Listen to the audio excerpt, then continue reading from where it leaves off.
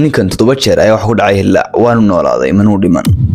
haddaba intaan muuqaalkan ugu gudagalin waxaan ka codsanay muuqaalka like noo saartid page-kana follow noo soo dhahdid muuqaalkana aad share noo dhahdid sidoo kale aad YouTube naga daawanaysiina subscribe noo taabatid nin lagu magacaabi jiray Rolf Salfian ayaa wuxuu ilaalin jiray meel beer ah ninkan ayaa wuxuu ka soo jeeday dalka Mareykanka haddaba sanadkii 1942 ilaa 1927 isagoo ilaalinaya meel munaarad ah ayaa wax dhacday inuu ku dhaco hilaac kadib wuxuu ka dhaawacmay ninkaasi lugta haddana wax dhacday isagoo gaadhigiisa wada inuu ku dhaco hilaac kadibna wuxuu ka gubtay timaha iyo sunniyaha haddana isagoo beed ka shaqeynaya wax dhacday inuu hilaac ku dhacay kadib uu ka gubtay garabka haddana isagoo xafiiskiisa ka shaqeynaya ayaa wax dhacday inuu ku dhacay hilaac kadib wuxuu ka dhaawacmay dhankaasi madaxa haddana wax dhacday isagoo ka shaqeynaya banaanka inuu ku dhacay hilaac kadib wuxuu ka gubtay timihii mar kale haddana ninkan oo iska lugeynaya wado ayaa wax dhacday inuu ka dhaawacmay dhanka canqowga ee lugta hoosteeda haddaba ninkan ayaa markii u dambeysay ayaa wax dhacday isagoo kaluumaysanaya ayaa wax ku dhacay hilaac kadib wuxuu ka dhaawacmay laabta iyo caloosha ninkan ayaa hadda wax dhacday inuu daruurihii iyo roobkiiba uu cabsi ka qaado